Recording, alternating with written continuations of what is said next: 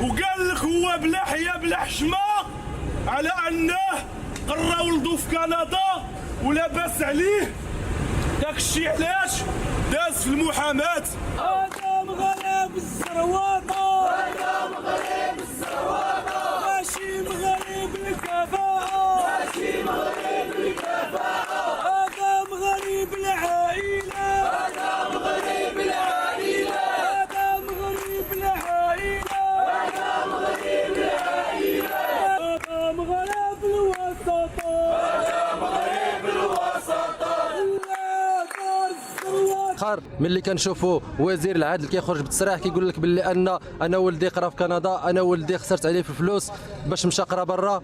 بما ان شنو كتقول لولاد الشعب؟